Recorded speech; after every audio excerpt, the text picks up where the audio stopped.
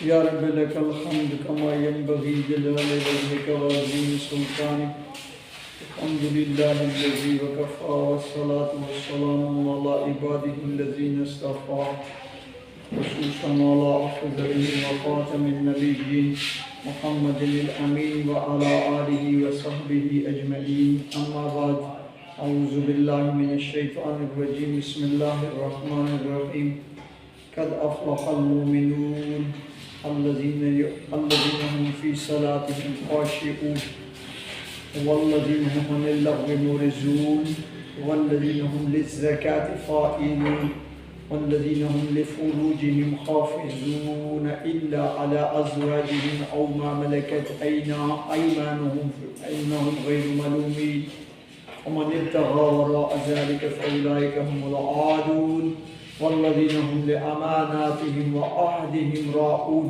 والذين هم على صلواتهم يحافظون أولئك هم الوارثون الذين يرثون الفردوس هم فيها خالدون صدق الله العظيم رب اشرح لي صدري ويسر لي أمري واحلل عقدة من لساني يفقهوا قولي آمین یا رب العالمین۔ میرے واجب الاحترام سامعین کرام، یہ مطالعہ قرآن حکیم کا سلسلہ معذرت کے ساتھ اس میں کچھ تعطل پیدا ہو گیا، کچھ مصروفیات، کچھ معاملات ایسے آ گئے۔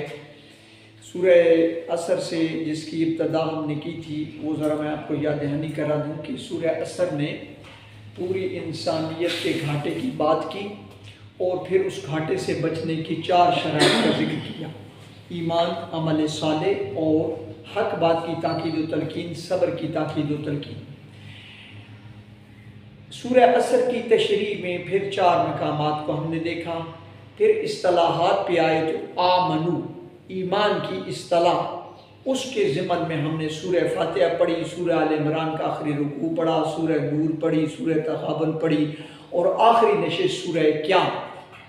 ایمان کے متعلق، اس شرط سے متعلق قرآن مجید کے جو حصے تھے یہ سورہ قیامت تک تھے۔ اب سورہ عصر میں دوسری شرط نجات عمل صالح۔ عمل صالح کی بحث آج شروع ہو رہی ہے۔ سورہ مومنون کی ابتدائی 11 آیات میں نے ابھی تلاوت کی ہے۔ بالکل اسی مضمون کی حامل کچھ آیات سورہ معارج سے بھی ہم لیں گے۔ فی الحال ہم ان آیات کے لفظی ترجمے کو دیکھیں گے اور اس کی اہمیت کو سمجھ لیں کہ ایمان جو ہے اس کا مظہر اعمال صالح ہے۔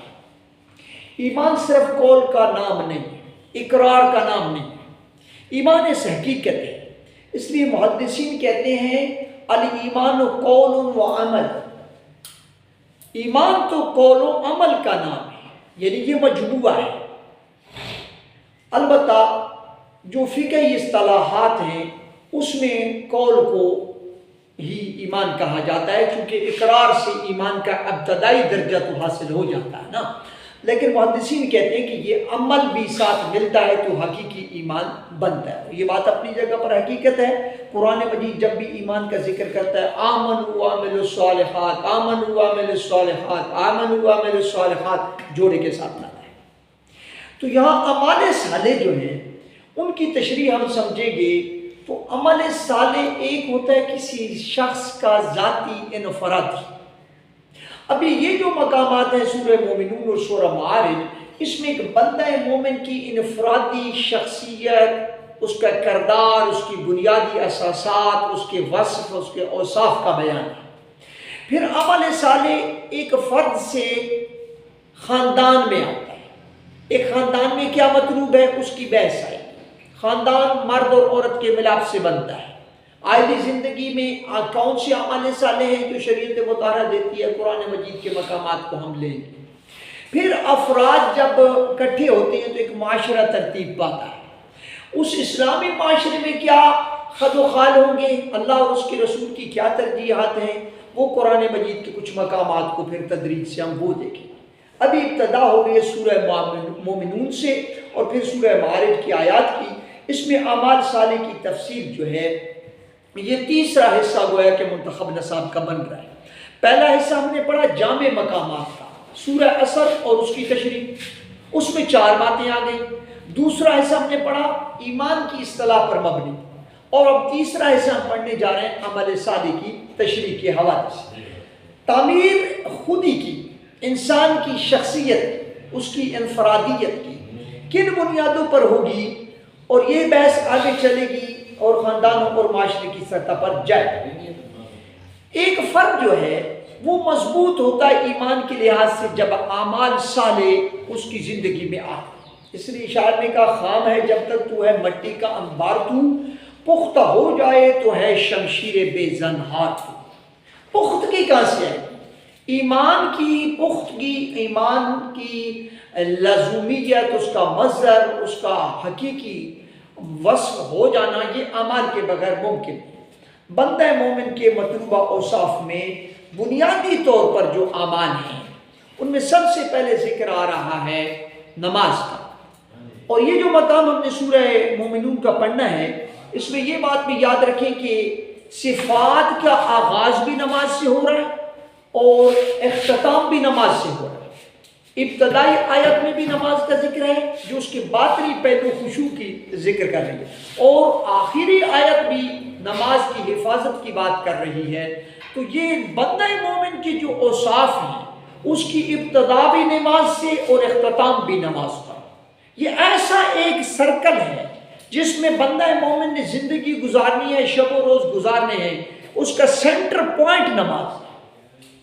اگر نماز اس کی زندگی میں راسخ ہے، واقعی اقامت الصلاۃ کا اہتمام ہے، تو اس کے سارے معاملات نظم میں، ڈسپلن میں، تدریج میں، حسن میں، اجمال میں کامل۔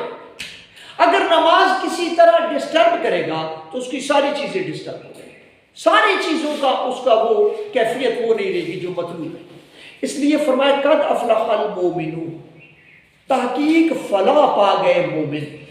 فلاح کا لفظ کہاں سے بنا ہے، اس کی اصطلاح کیا ہے، اس کی پھر مفہوم میں آگے گہرائی کیا ہے، اس کو ہم بعد میں پھر دیکھیں گے۔ اس وقت ہم صرف تشریح کی بجائے لفظی مفہوم پر جائیں گے کہ فلاح پا گئے مومن، کامیاب ہو گئے مومن۔ کون سے مومن؟ آگے الذین جو ہے یہ اسم موصول ہے، صفت میں آتا ہے۔ وہ مومن جن کی فلاح کا ذکر ہو رہا ہے وہ کون ہے؟ الذین هم فی صلاتہم مومن، یعنی یہ صرف دعوی ایمان کرنے والے مومن نہیں، بلکہ یہ وہ ہیں کہ جو اپنی نمازوں کے اندر خشوع اختیار کریں۔ اب خشوع جو ہے وہ نماز کا باطنی پہلو ہے۔ جو ہی اللہ اکبر کہا اس کے بال کے رونگٹے کھڑے ہو گئے، اس کے جسم میں کپ کپی آ گئی، اس کو اللہ کی عظمت اور جلالت کا احساس ہو گیا، اسے اپنی حیثیت کا احساس ہو گیا، اور اللہ سبحانہ وتعالیٰ کے سامنے کھڑا ہونا اس کے لیے اعزاز ہے، اس بات کا ادراک اس کو۔ یہ باطنی پہ یکسوئی کے ساتھ جو کہہ رہا ہے اس کو سمجھ بھی رہا ہے، اس کا کچھ پرتاؤ اس کے دل پر اور اس کے جسم پر بھی ہو رہا ہے، یہ کیفیت باطنی اصل نماز کا حاصل ہے۔ پھر یہ ہے کہ جو ظاہری آداب ہیں وہ بھی اس کے ساتھ منسلک ہے۔ نماز میں سکون کیوں نہیں ہے، حرکت کیوں کر رہا ہے، نظر ادھر ادھر کیوں جا رہی ہے، خیالات کیوں بکھر رہے ہیں، یہ اسی خشوع کی کمی کی وجہ سے بظاہر نماز کا عمل ہو رہا ہے، لیکن یہ چیزیں جو ہیں ساتھ ساتھ چل رہی ہیں۔ تو خشوع جو باطنی پہلو ہے، بات وہاں سے شروع کی، اور نماز کا اہتمام اور وقت کا تعین اور ارکان کا تحمل کے ساتھ ادا کرنا وہ ایک ظاہری پہلو ہے، وہ اپنی جگہ پر اہم ہے۔ وَالَّذِينَ هُمْ عَنِ اللَّغْوِ مُعْرِضُونَ، دوسری صفت آئی، اور یہ وہ مومن ہیں جو فلاح پانے والے ہیں کہ لغو چیزوں سے اجتناب۔ لغو کون سی چیز ہے؟ بے مقصد، نہ کوئی دنیا کا مقصد معروف میں اور نہ کوئی روحانی اخروی مقصد، ماز ٹائم کلنگ، ایسی سرگرمیاں ان مومنوں کی شان نہیں ہے۔ یہ وقت گزاری کے لیے کہیں نہیں بیٹھتے، بیٹھکوں میں جا کے وقت گزاری نہیں کرتے۔ کامیابی کے متمنی لوگ انحراز کرتے ہیں لغو چیزوں سے، بامقصد چیزوں، بامقصد سرگرمیوں میں اپنی زندگی گزارتے ہیں۔ والذین هم للزکاۃ فاعلون، اور وہ لوگ کہ جو زکوٰۃ کے عمل پر عامل رہتے ہیں۔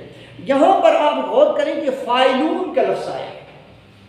قرآن مجید میں زکوٰۃ کا زیادہ تر جو لفظ استعمال ہوا وہ ایتاء کے ساتھ استعمال ہوا۔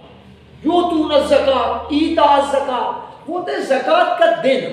وہ زکوٰۃ کا مالی جو نصاب ہے اس کا ذکر ہوتا ہے، جو ارکان اسلام ہے اس کا ذکر ہے، رکن زکوٰۃ۔ لیکن یہاں جو ہے وہ زکوٰۃ تزکیہ والا، جو انسان کے اندر نفسانی خواہشات، شہوات، حیوانی عوامل ہیں، ان کو کیسے دبایا جائے اور روحانیت کو پروان چڑھایا جائے، یہ زکوٰۃ کا عمل ہے۔ اس کی تشریح بھی آگے آئے گی، جب فلاح کی تشریح آئے گی تو اس کی بھی تشریح آئے گی۔ فی الحال یہ سمجھ لیں کہ یہ لوگ پاکیزگی کے عمل پر عامل رہتے ہیں۔ والذین هم لفروجہم حافظون، یہ وہ لوگ ہوتے ہیں جو اپنی شرم گاہوں کی حفاظت کرتے ہیں۔ فرج قابل ستر حصے کو کہتے ہیں۔ اس کا یہ ہے کہ ایک تو حفاظت ہے لباس میں، وضاقتہ میں، ایسا لباس زیب تن کرتے ہیں، ایسی حیت اپناتے ہیں جس میں یہ سطر والے حصے پوشیدہ رہتے ہیں، بے حیائی والا، عریانی والا لباس نہیں پہنتے۔ اور ایک یہ کہ ان مقامات کا جائز استعمال کرتے ہیں، اور جائز استعمال کیا ہے؟ نکاح کی زندگی اختیار کرتے ہیں۔ مرد اور عورت کا ملاپ اللہ نے رکھا، اللہ کا سلسلہ۔ یا ایھا الناس اتقوا ربکم الذی خلقکم من نفس واحدہ، اے لوگو اپنے پروردگار کا تقوی اختیار کرو جس نے تمہیں ایک نفس سے پیدا کیا۔ وَخَلَقَ مِنْهَا زَوْجَهَا، ایک نفس آدم علیہ السلام ہے، اور زوجہا ان کی بیوی اما حوا ہے۔ ان دونوں کو ملائے، وَخَلَقَ مِنْهَا زَوْجَهَا وَبَثَّ مِنْهُمَا رِجَالًا كَثِيرًا وَنِسَاءً، پھر بہت سارے مرد اور عورت زمین میں ان دونوں کے ملاپ سے پھیلا۔ تو یہ اللہ نے ملاپ بنایا، فطرت کا تقاضا ہے، نسل انسانی کو آگے تسلسل دینا ہے۔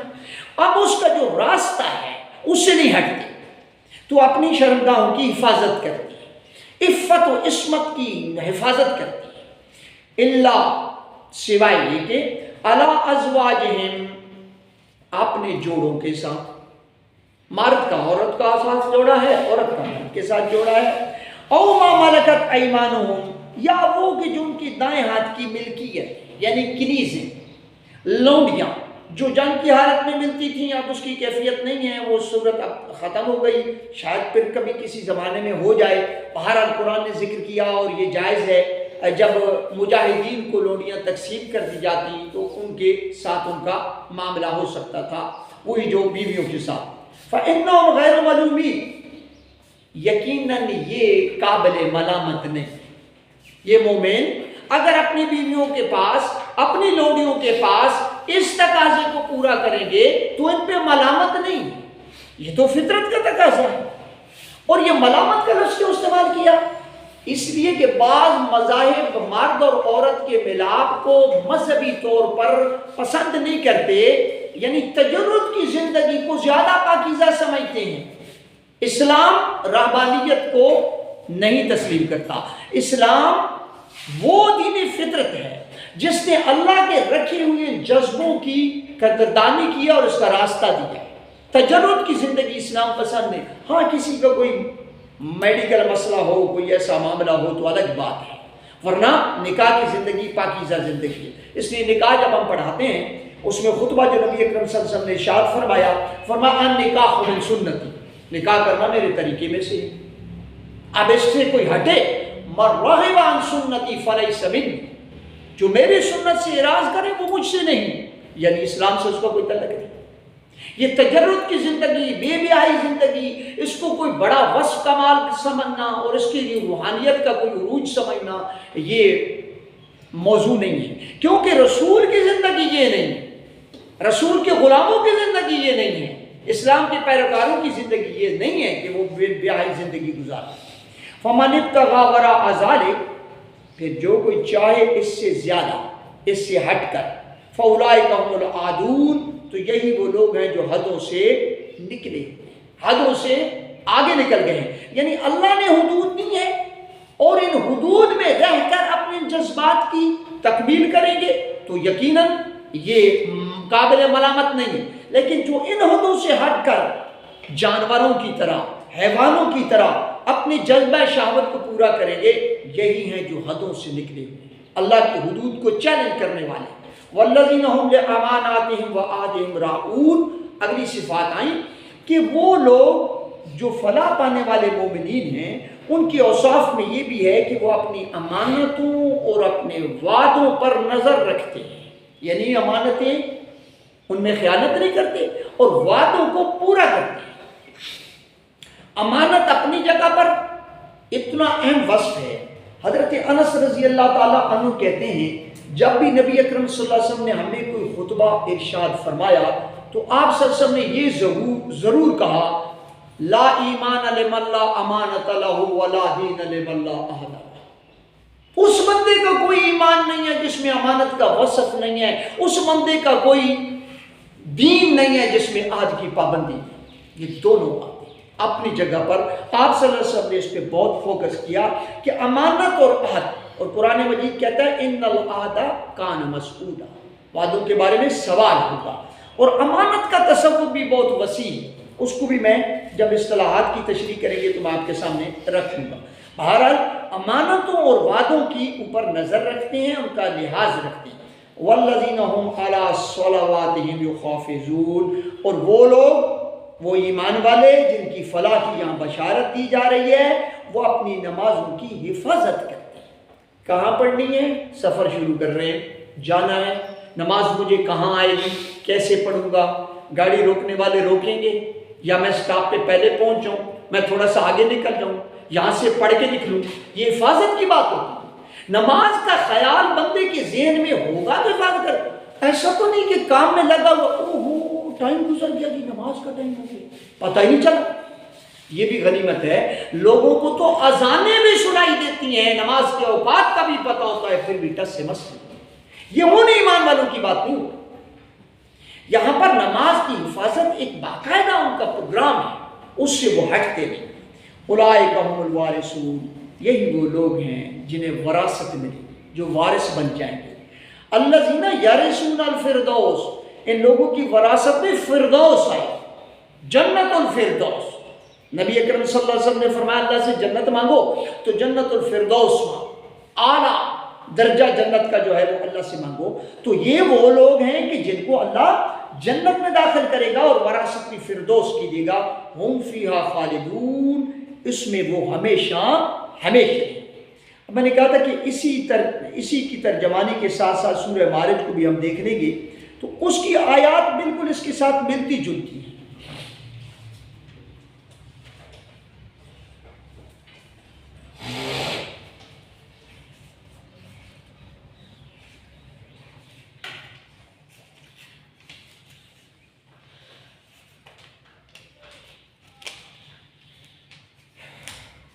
سب سے پہلے انسان کے تھوڑ دلے پن کا ذکر کیا۔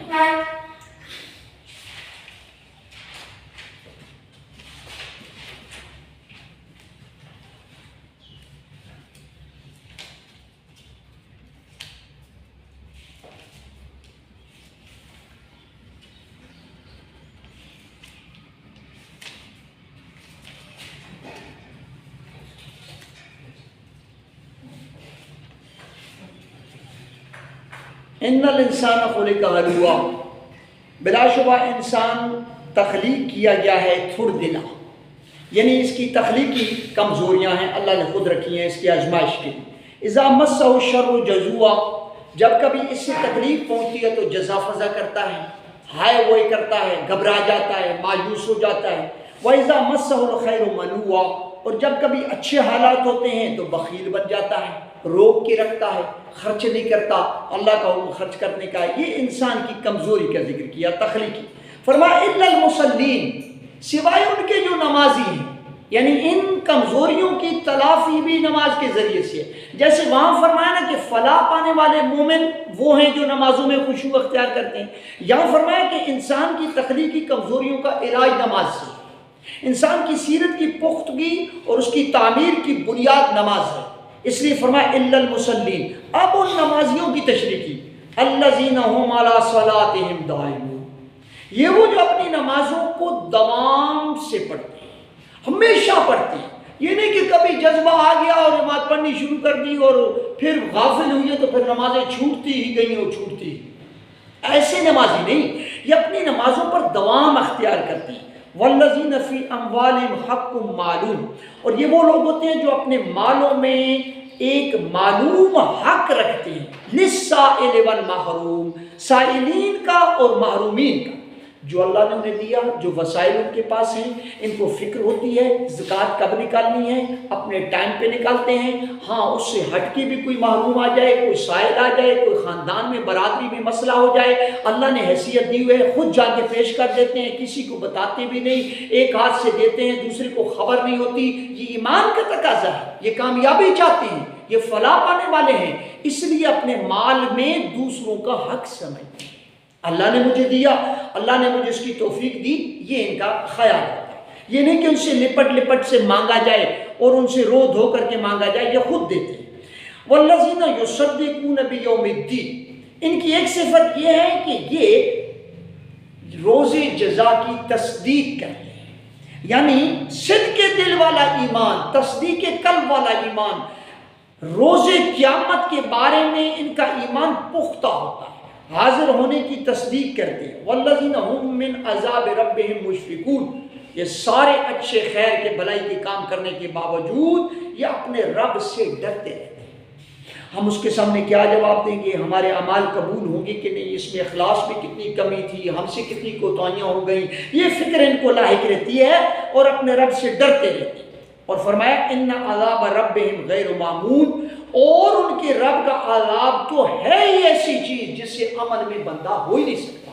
ایمان والے کو تو کھٹکا سب سے بڑا اسی کا لگا رہتا ہے، سب سے زیادہ فکر اسی بات کی ہوتی ہے۔ سورہ ہم فرقان پڑھیں گے، اس میں عباد الرحمن کی تفصیل آئے گی کہ وہ جو رحمان کے بندے ہوتے ہیں ان کی کیا شان ہے۔ وہ راتوں کو قیام، سجدے اور اللہ سبحانہ و تعالیٰ کے رسول کی اطاعت والی زندگی گزارتے ہوئے جب رات کو سجدوں سے قیام سے فارغ ہو کے مناجات کرتے ہیں تو کہتے ہیں ربنا صرف عنا عذاب جہنم، اے ہمارے رب ہم سے عذاب جہنم کو ہٹا دور کر دے، ان عذابها کان غراما، بے شک اس کا عذاب تو جان کو لاگو ہونے والا ہے، اس سے ڈرتے ہیں۔ تو یہاں بھی اس کی بات ہوئی کہ اپنے رب کے عذاب سے نچنت نہیں ہوتے، اور وہ عذاب ہے ایسی چیز کہ کبھی انسان کو بھلانا نہیں چاہیے۔ والذین هم لفروجهم حافظون، اب بالکل وہی آیات آ گئی جو سورہ مومنون میں تھی، اور وہ اپنی حفاظت کرتے ہیں شرمگاہوں کی، الا علی ازواجہم او ما ملکت ایمانہم فانہم غیر ملومین، سوائے اپنی بیویوں کے یا اپنی لونڈیوں کے، پھر یقیناً وہ قابل ملامت نہیں۔ فمن ابتغى وراء ذلك فاولئک هم العادون، اور جو اس سے بڑھ کر کچھ طلب کرے اس کا خواہاں ہو تو یقیناً یہی حدوں سے بڑھنے والے۔ والذین هم لاماناتهم وعہدهم راعون، بالکل من وہی آیات آ رہی ہیں، اور وہ اپنی امانتوں اور اپنے وعدوں کے بارے میں فکر مند رہتے ہیں اور اس پر نظر رکھتے ہیں۔ ایک اضافی چیز یہاں پر آئی جو اس مقام پہ ذکر نہیں ہوئی، والذین هم بشہاداتهم قائمون، اور وہ اپنی گواہیوں پر قائم رہتے ہیں۔ شاہد اللہ انہ لا الہ الا هو والملائکۃ واولو العلم قائما بالقسط، سب سے بڑی گواہی یہ ہے کہ اللہ کے سوا کوئی معبود نہیں، اور اللہ اور اہل علم اور فرشتے اس پر گواہ ہیں۔ تو یہ اپنی ان گواہیوں پر قائم رہتے ہیں، اور جو خاندانوں میں کچھ مسائل، کوئی عدالتی جھگڑے اس طرح کی باتیں ہوتی ہیں وہاں بھی حق کی گواہی دیتے ہیں، حق کی گواہی پر قائم رہتے ہیں۔ والذین هم علی صلاتهم یحافظون، اور وہ اپنی نمازوں کی حفاظت کرتے ہیں، اس کو اہتمام سے پڑھتے ہیں، نماز کو ضائع ہونے سے اپنی نمازوں کو بچاتے ہیں۔ ایسا نہیں کہ نماز بے خبری میں چلی گئی اور پتہ ہی نہیں چلا، حفاظت کا دھیان رکھتے ہیں۔ اولئک فی جنات مکرمون، یہی وہ لوگ ہیں جو جنات میں داخل کیے جائیں گے، باغات میں ہوں گے، اور اکرام کے ساتھ، عزت کے ساتھ، قدردانی کے ساتھ داخل ہوں گے۔ یہاں کسی اچھی جگہ کو حاصل کرنا ہو، کسی اچھے مقام پہ جانا ہو، کتنے پاپڑ بیلنے پڑتے ہیں، کیسے کیسے پروسیجرز اڈاپٹ کرنے پڑتے ہیں، اور جب وہ وقت آتا ہے اور وہی لوگ امیدوار ہوتے ہیں تو دھکم پیل ہوتی ہے، ایسے لوگ جاتے ہیں جیسے ان سے بڑا کچھ جائل ہے ہی نہیں۔ ایسا نہیں ہوگا، جنت میں انتہائی سکون آرام کے ساتھ کہا جائے گا ادخلوها بسلام آمنین، داخل ہو جاؤ اس میں سلامتی کے ساتھ اور امن اور چین کے ساتھ۔ تو اکرام اور عزت کے ساتھ ان کا داخلہ جنت میں ہونے والا ہے۔ یہ دو مقامات جو میں نے آپ کے سامنے رکھے، سورہ معارج کی آیت نمبر 11 سے آیت نمبر 19 سے، اور سورہ مومنون کی پہلی 11 آیات ہیں۔ ان مقامات کو ذرا آپ تفسیر میں بھی دیکھ لیں گے۔ ان کی مزید وضاحت جو اصطلاحات آئی ہیں، جیسے میں نے کہا فلاح سے کیا معنی ہے، صلاۃ کے لفظی کیا معنی بنتے ہیں، پھر زکوٰۃ کے کیا معنی ہیں، اس کو ذرا گہرائی میں ہم اگلی نشست میں دیکھ لیں گے۔ اللہ سبحانہ و تعالیٰ سے دعا ہے کہ اللہ ہمیں ایمان کی ان بنیادی صفات سے مزین فرمائے، اللہ ہمیں ان کی طلب اور شوق عطا فرمائے، اور اپنی زندگی عملاً ان پہ گزارنے کی توفیق عطا فرمائے۔ جزاک اللہ۔